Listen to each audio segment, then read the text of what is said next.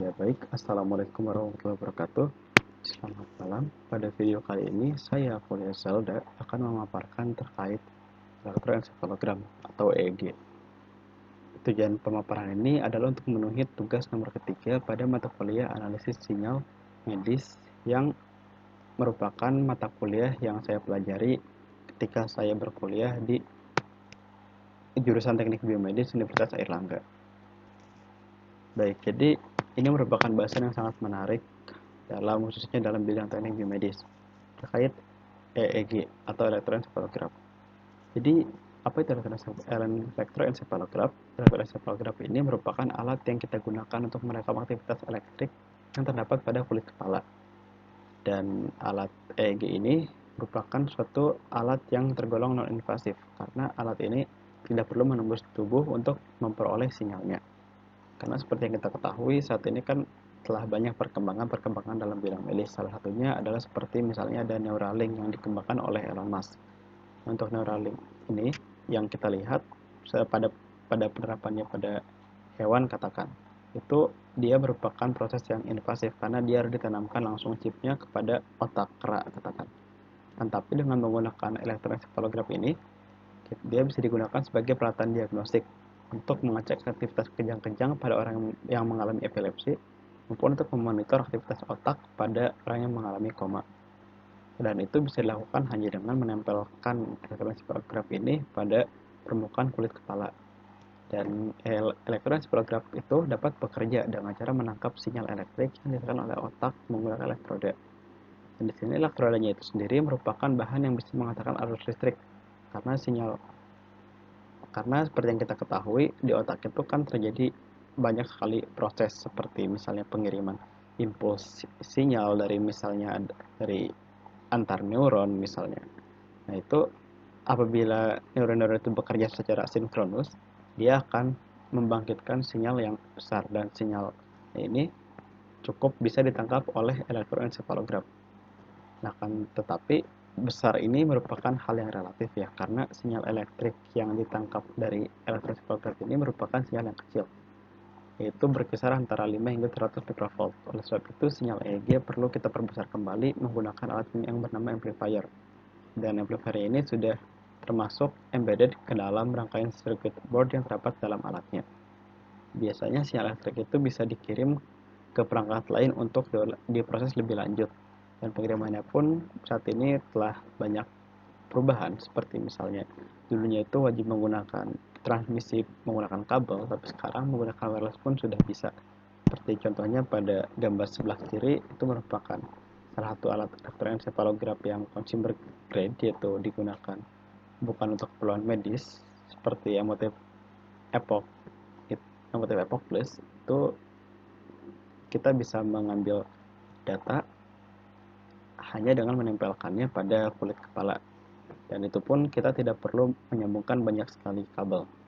Dan aktivitas otak itu pada umumnya kita bisa mengelompokkannya menjadi 5 tingkatan dari frekuensi yang dihasilkannya, karena ya sinyal otak ini merupakan sinyal yang tergolong sinyal yang acak dan juga bisa berubah-ubah setiap waktunya. Oleh sebab itu, salah satu cara untuk memproses sinyal otak adalah dengan mengelompokkannya ke dalam rentang frekuensi tertentu. Seperti misalnya di sini ada frekuensi delta. Delta itu berada dalam rentang 0,5 hingga 4 Hz dan dia menandakan kondisi seseorang yang berada dalam kondisi deep sleep. Dan ini pun yang diamati dalam orang yang sedang mengalami koma, karena apabila otaknya benar-benar sudah datar, itu tandanya dia sudah mengalami tanda mati batang otak. Lalu ada pula gelombang theta, yang mana ini itu banyak terjadi ketika orang sedang melakukan meditasi maupun sedang berada dalam kondisi fokus dan kreativitasnya sedang tinggi. Itu panjang gelombang theta biasanya akan lebih dominan dibandingkan gelombang-gelombang lainnya. Lalu ada juga gelombang alfa. Gelombang alfa ini biasanya terdapat pada kondisi orang yang sedang menjamkan matanya maupun ketika dalam keadaan relaksasi. Dan lalu selanjutnya ada gelombang beta. Gelombang beta dan gamma yang merupakan kondisi gelombang otak yang banyak ditemui pada orang yang sedang aktif, sedang terjaga. Dan gelombang beta ini meskipun di situ dituliskannya sebagai problem solving, tapi gelombang beta itu merupakan gelombang yang umum yang kita temui ketika seseorang sedang tersadar. Ya, salah satunya adalah proses problem solvingnya itu. Dan lalu selanjutnya ada gelombang gamma, yang mana gelombang gamma ini memiliki frekuensi yang lebih tinggi daripada gelombang beta, dan biasanya mencirikan seseorang yang sedang tingkat keawasan terhadap lingkungannya sedang tinggi, atau bisa juga ditemukan pada orang yang sedang anxiety. Anxiety itu gelombang gammanya dia akan cenderung bangkit menjadi lebih dominan seperti itu. Dan selain untuk pelan diagnostik juga, alat EEG itu bisa juga digunakan untuk berbagai bidang. Dia bisa diaplikasikan dalam berbagai hal. Salah satunya seperti misalnya untuk orang-orang yang mengalami tetraplegia. Jadi ketika orang itu dapat menggerakkan anggota tubuhnya dengan semestinya, dengan normal itu, dia seperti yang dialami oleh mendiang Stephen Hawking. Ya, dia saat ini sudah bisa mengontrol pergerakannya, yaitu dengan misalnya menggerakkan kursi rodanya maupun perangkatnya dengan menggunakan gelombang otak. Jadi gelombang otak ini dapat diproses lebih lanjut hingga akhirnya dapat digunakan untuk menggerakkan suatu objek. Dan EEG ini bisa dibilang berfungsi sebagai penerjemah, sehingga orang itu bisa berkomunikasi maupun untuk mengendalikan perangkat lainnya. Dan itu juga membuat EEG tidak terbatas untuk keperluan medis. Saat ini kan telah banyak pengembangan, dan salah satu pengembangannya itu ya untuk penelitian seperti misalnya untuk manajemen kondisi emosional, karena kan kita bisa melihat gelombang-gelombang itu dan tiap gelombang itu berkorelasi pada kondisi emosional tertentu, maupun untuk monitoring kondisi fokus ketika seorang sedang bekerja, maupun juga seperti misalnya untuk bermain game, dan banyak pemanfaatan daripada EEG tersebut. Dan salah satu pemanfaatan EEG yang sudah dilakukan oleh Universitas Airlangga, dan salah satunya adalah oleh saya sendiri, itu terdapat desain sistem kendali gerak tangan exoskeleton berbasis brain computer interface dengan metode bidirectional LSTM, yang mana brain computer interface ini merupakan penerapan lebih lanjut daripada elektroencephalograph. Jadi brain computer interface itu merupakan suatu perangkat brain computer, perangkat antarmuka yang berbasis gelombang otak dalam pengendaliannya. Ya, dan di sini diterapkan itu untuk mengendalikan gerakan exoskeleton tangan, yang mana nantinya dia akan berfungsi untuk melakukan terapi. Karena terapi yang telah ada saat ini itu dia masih berfokuskan kepada seorang fisioterapis, yang mana fisioterapis ini belum tentu bisa kita temui dimanapun, dan bisa jadi fisioterapis ini masihlah kurang seperti itu jumlahnya. Jadi kan tentu pasien pun ingin melakukan rehabilitasi mandiri di rumah. Dan satu caranya adalah kita bisa menggunakan alat EEG itu. Jadi alat elektroencephalograph kan dia dapat menangkap gelombang otak, dan kita bisa mengekstraksi fitur daripada gelombang otak itu menggunakan berbagai metode, seperti misalnya ada ekstraksi fitur menggunakan metode Mean atau standar deviasi. Dan ekstraksi fitur dari kedua hal tersebut itu apabila kita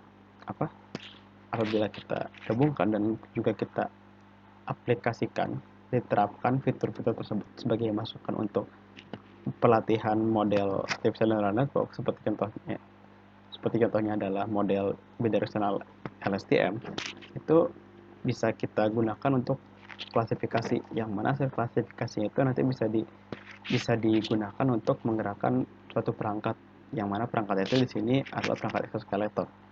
Jadi apabila hasil klasifikasinya menunjukkan bahwa orang itu berpikir untuk menggerakkan tangannya untuk menutup misalnya, maka exoskeleton itu akan bergerak menutup, dan ketika orang itu berpikir untuk membuka tangannya, maka exoskeleton itu akan bergerak membuka, dan dia menunjukkan hasil akurasi yang cukup baik juga, yaitu dia bisa mencapai 0,90% daripada proses training secara offline ya, dan pada training secara real time itu atau menggunakan data validasinya dia bisa mencapai tingkat akurasi sebesar 80%-an.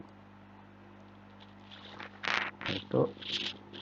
Dan untuk penerapannya sendiri dapat kita temui pada video berikut. Contohnya pada video ini. Jadi di sini ketika Anda coba berpikir untuk menggerakkan tangannya untuk menggenggam, katakan resonatornya akan bergerak untuk menggenggam, dan ketika Anda cobanya berpikir untuk gerakan membuka, maka dia akan membuka kembali, dan menggenggam dia akan menggenggam kembali. Ya, jadi baik, mungkin sekian yang dapat saya sampaikan terkait apa itu elektroencephalograf, cara kerja beserta pengaplikasian elektroencephalogram itu tersebut dalam berbagai bidang, khususnya bidang teknik biomedis. Apabila ada kesalahan, saya mohon maaf. Terima kasih. Wassalamualaikum warahmatullahi wabarakatuh.